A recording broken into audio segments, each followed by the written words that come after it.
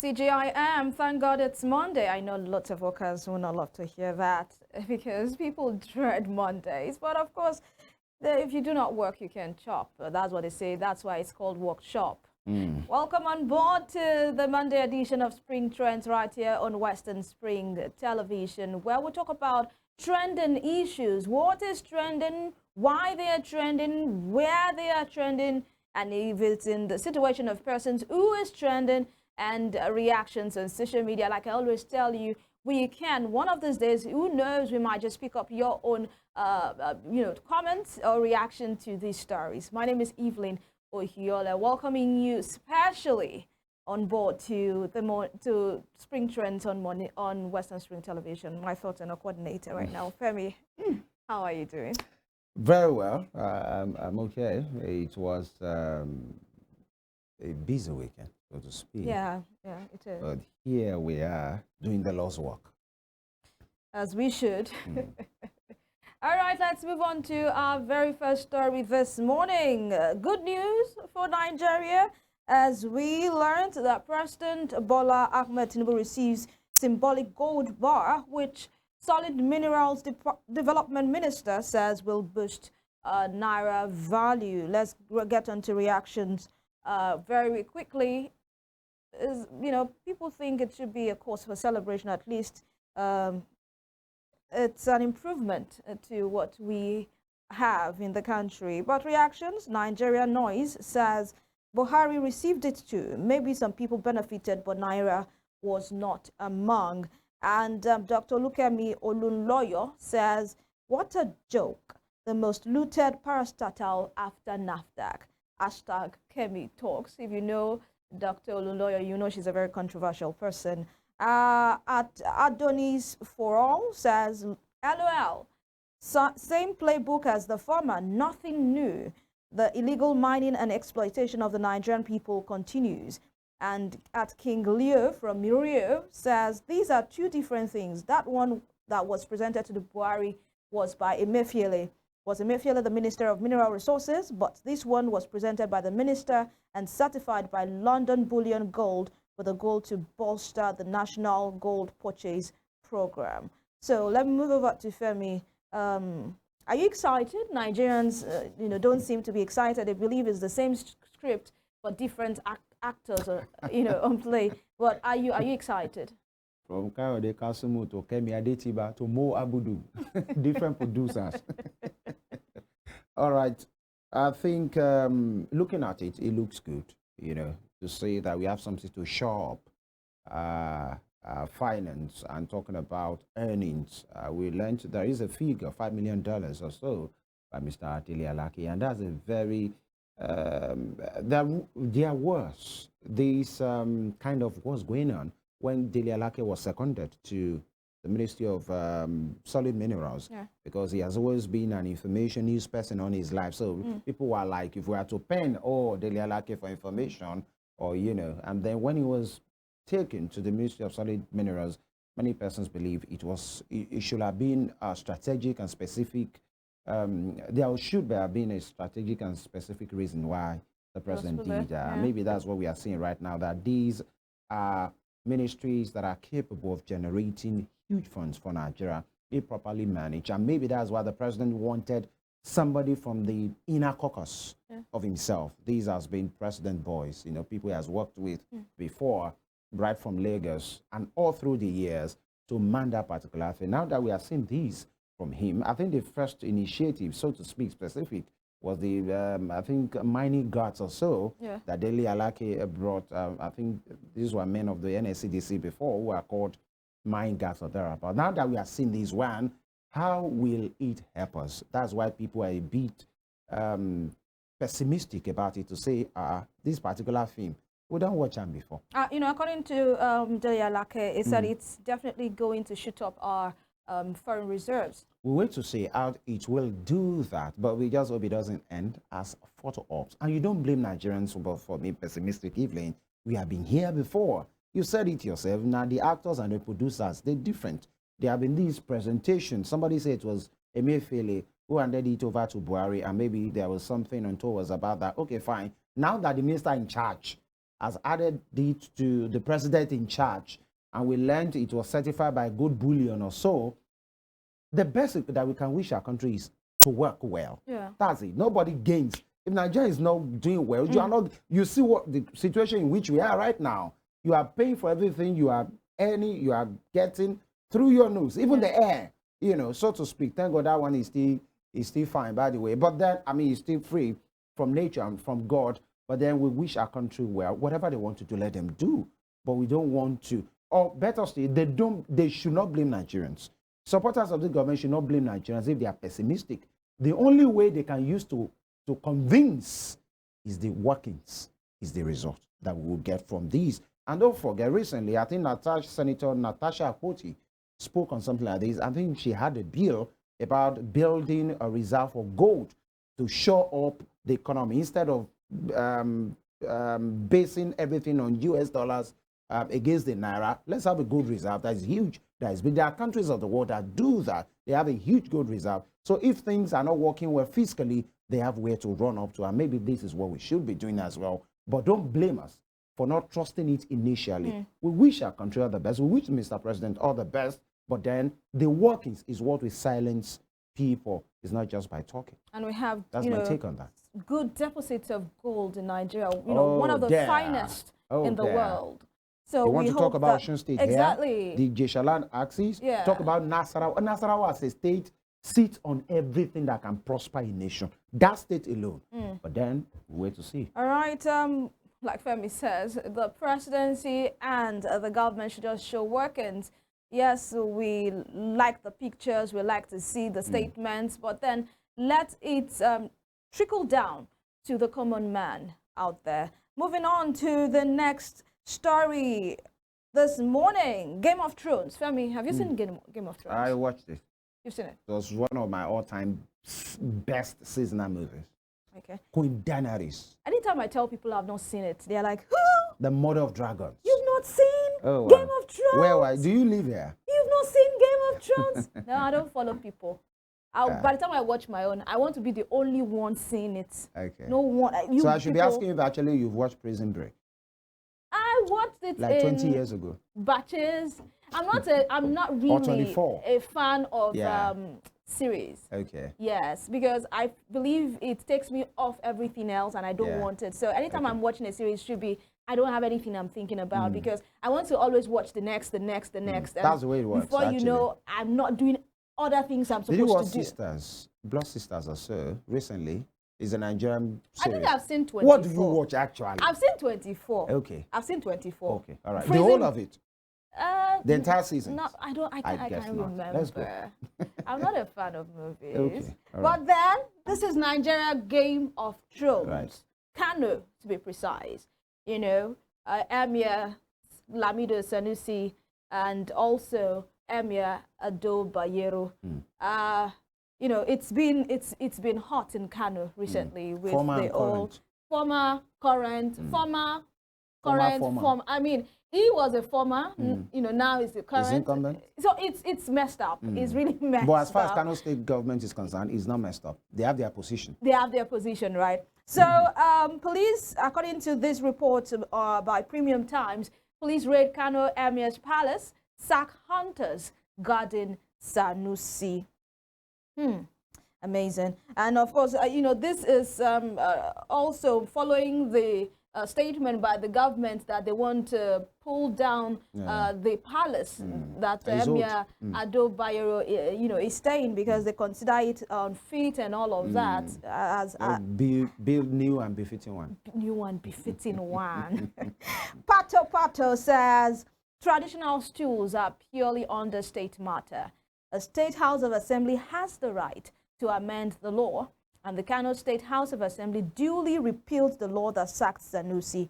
Why are we deliberately trying to cause problems for ourselves? I hope this Emir of Kano issue is well handled before it snowballs into something else. Okechukwu Okeke says, federal overreach, both from the judiciary and the presidency through the Inspector General of Police, created this crisis, and it is exacerbating. And at M_Jams, Jamie says, federal police versus state police. Let's see the next line of action by the state government. Hope His Royal Highness Sanusi is safe. Shah, amazing, there.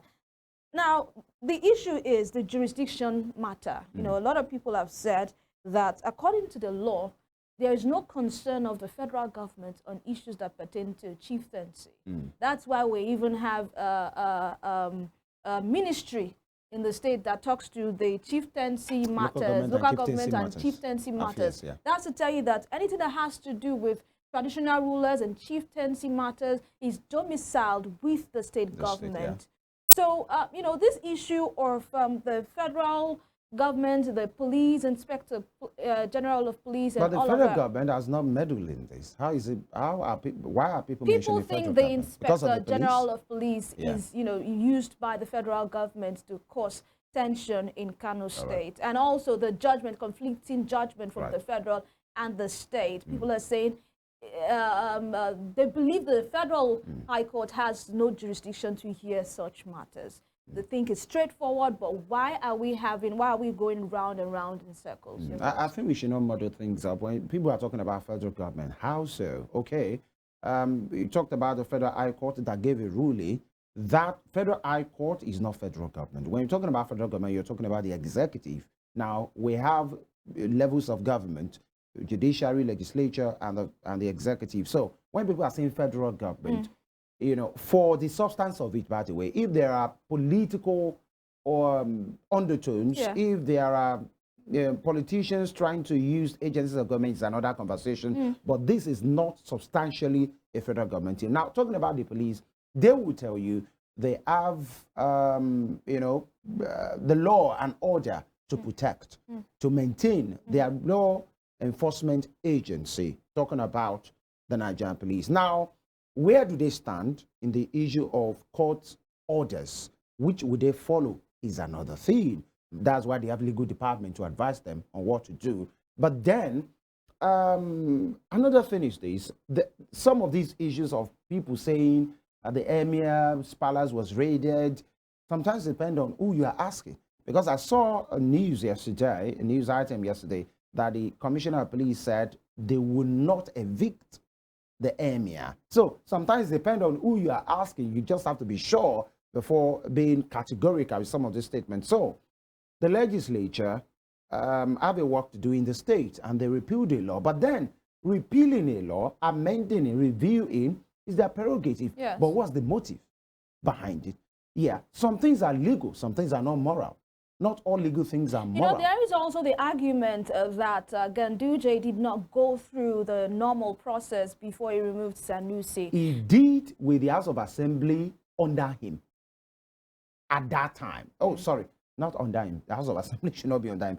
He did with the House of Assembly that was in place at that time. But if actually he worked everything 100% is another thing, because Emir Sanusi, Lamido Sanusi, has always said he wasn't given the chance to even explain himself.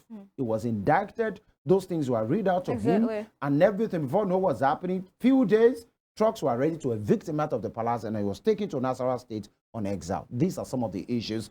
That's why I said morality or doing things rightly is on one side.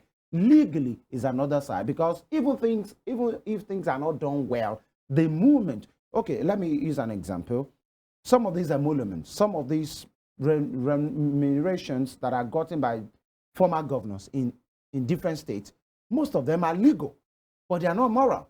They went through the garment of the House of Assembly to put those things and make it a law. So legally, they are entitled to it. But is he right? Most of those things are not right. You want to still be living large as you were in office. These were some, in fact, some of them are even worse than when they were in office, because you have to provide this, provide that, just for you to be in charge of a state for 8 years, some for 4 years. So some of those things are legal, in as much, okay, nays and eyes, the eyes have it, bam, but according to the state law right now, Emir Lamido Sanusi is the Emir of Kano. Yes. So it's legal. is legal. That's what I'm you know, saying. people are saying, why can't Emir Ado Bayero follow the line of Emir Sanusi by just living peacefully without creating an issue out of you know, I the think situation? that's why they have a traditional institution. That's why they have traditional heads. You know, it's not only a king that makes up the traditional institution, but it seems that the institution possibly they are divided along different parts. But we wish them all the best as well. But then a government is a government. All right, a government is a government. We'll move on to our next story this morning. Yes, they say delay is not denial. And I have a story that actually will motivate you and inspire you not to give up. We heard that a Nigerian student who failed WAEC exam 17 times has successfully bagged 2 doctorate degrees in the United States. You know, amazing thing there. 17 times you failed WAEC, 7, like 1, 2, 3, 4, 5, 6 to 17. Wait, It doesn't have to be 17 years. We're talking about 17 times. The person could have written SSC and then GCE. At least it would take him, let's say, 6 years or 7 years. That should be average of like 8 years, so to speak. For him to write WAEC 17 times. 2 times in a year, that's a lot. It's a whole lot. Mentally exhausting. And now he has gone ahead to bag 2 doctorate degrees in the United States. Reactions at this time, Omoanti Nas says congratulations to him. And at Anufadele says if we should look at it technically, it's not possible, all right? And Isimi Taiwo says it may not be up to 17 times, but you can actually write it a whole lot of times, because you can write it in May, June, and November, December in the same year. So if you did that, that's for 8 years straight. You would have done it 16 times already. LOL. With the way job no day ground for Nigeria, if it just they use and pastime, which is actually true. Avocado says Nigeria exams are set so that students can fail. For abroad, they set exams to test if the students really know what they have been taught. I think this person is someone that has actually, you know, they said jam when jam have jammed you. You have to a motivational speaker.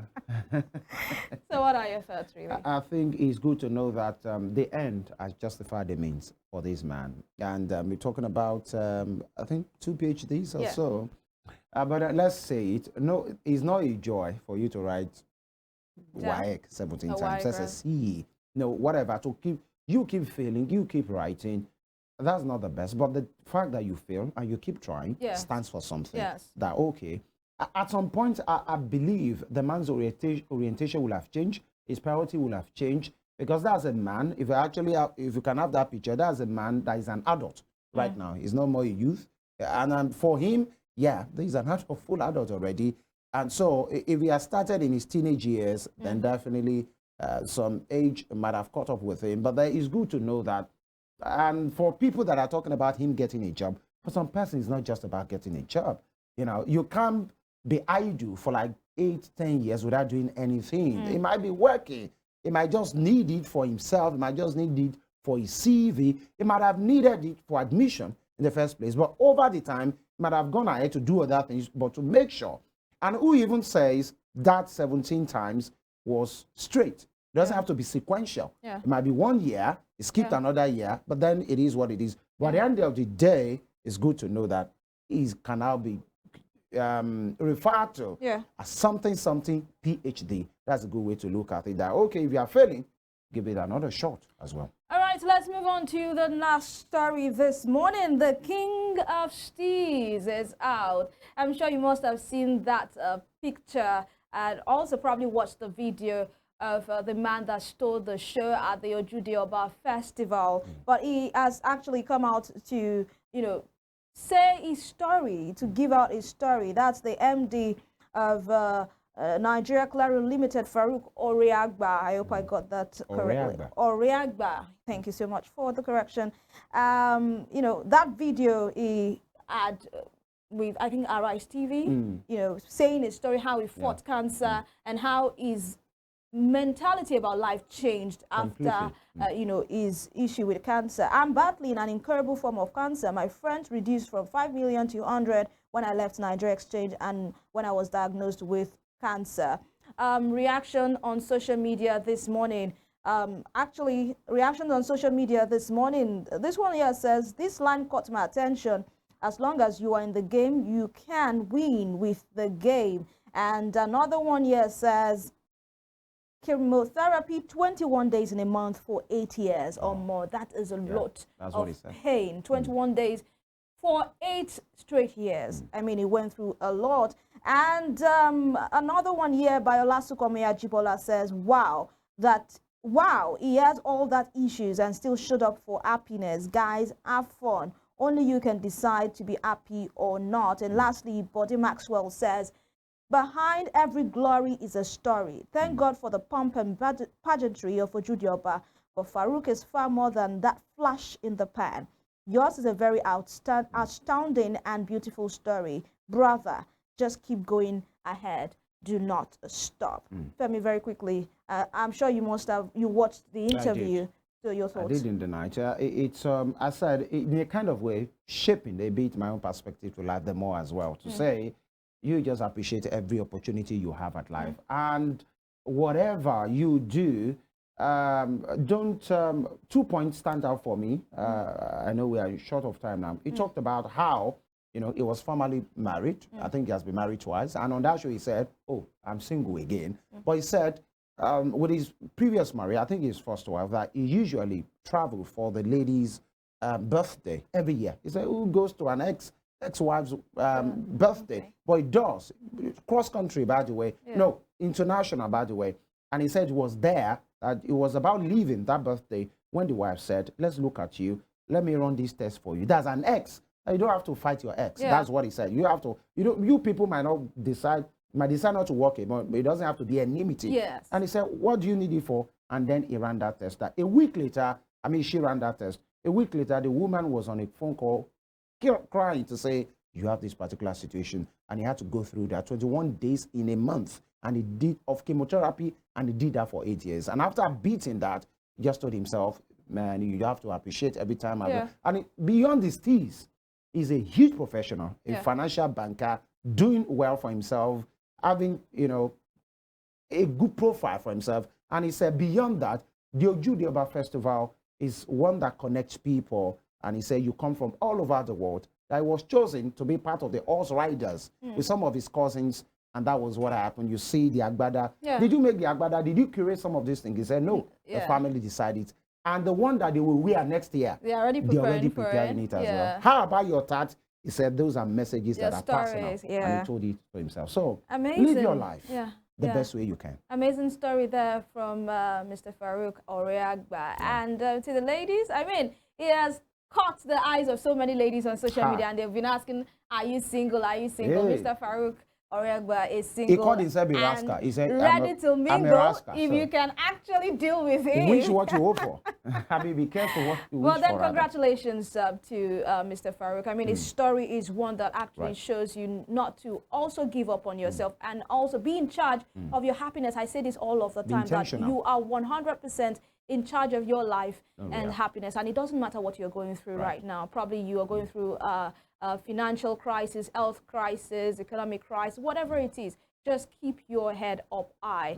There is light at the end of the tunnel. Before we go through, it's not only Mr. Farouk Oreagba that stole the show. Did you see that woman with the D and G glasses? Give it to her. Okay, my name is Evelyn Ohoyola. We make a return tomorrow for another interesting time on Spring Trends. Until then, have for yourself a good Monday. Bye.